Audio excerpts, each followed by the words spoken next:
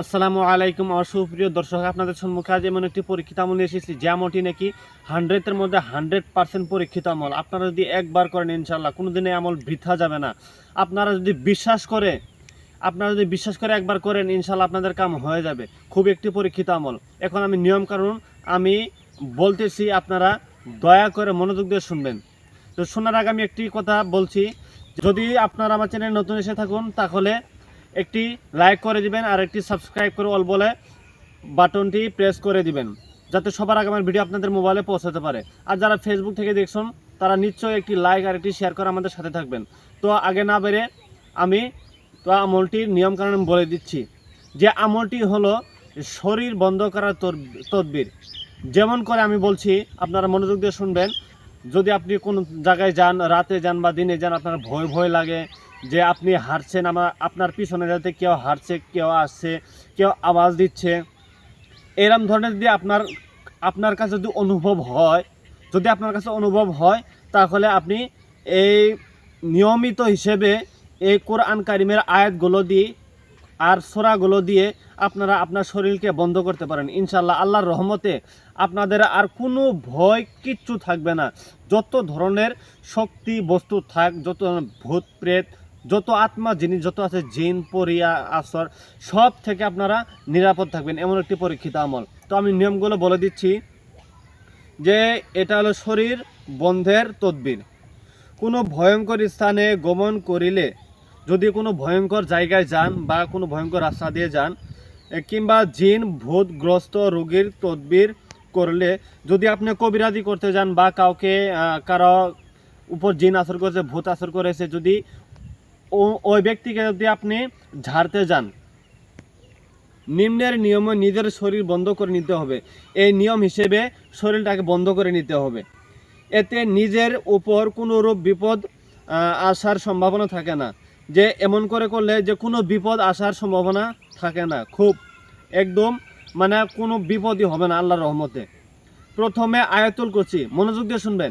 প্রথমে আয়াতুল কুরসি 11 বার, তারপর সূরা ইখলাস একবার, সূরা ফালাক একবার, সূরা নাস একবার, এর নিম্নলিখিত আয়াত শরীফ একবার পাঠ করিবে। একটি লাঠি দ্বারা নিজের চতুর্দিকে একটি বেষ্টনী টানবে। মানে একটা লাঠি নিয়ে, যে এই নিয়মগুলো এই আয়াতগুলো পরে তারপরে একটা লাঠি নিয়ে সেরে তাই আপনার চারোদিকে এরম গোল একটা দায়রা বানাবেন, একটা গোল দিবেন। কোন আয়াত পরে দিতে হবে আপনারা বর্তমান যে নকশাটা দেখতে পাচ্ছেন সেই আয়াতটির কথাই বলা হয়েছে। এই আয়াতটি আপনারা পড়ে নেবেন ইনশাল্লাহ।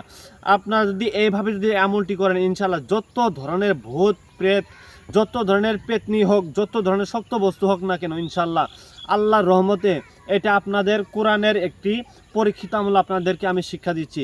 আপনারা মনোযোগ দিয়ে শুনেছেন আশা করি। যদি আপনারা এইভাবে করেন ইনশাল্লাহ আপনাদের উপর ভূত প্রেত যত কিছু আছে সকল বস্তুর আসর থেকে আপনি বিরত থাকবেন। আল্লাহ আপনাকে হেফাজত করবে আল্লাহর ফেরেশতার দ্বারাই। যদি আল্লাহর উপরে ভরসা করে করেন, সবই হলো ভরসা। যদি ভরসা না করলে মানুষের মনই পাওয়া যায় না। তো ভরসা করে করবেন, ভরসা করে করলে ইনশাল্লাহ নিশ্চয়ই আল্লাহ মহান রাব্বুল আলামিন আপনাদেরকে সাহায্য করবে। যদি আমার এই ভিডিওটি আপনাদের ভালো লেগে থাকে তাহলে একটি লাইক করবেন, একটি সাবস্ক্রাইব করবেন। আর যদি ফেসবুক থেকে দেখছেন তাহলে নিশ্চয়ই একটি শেয়ার করবেন।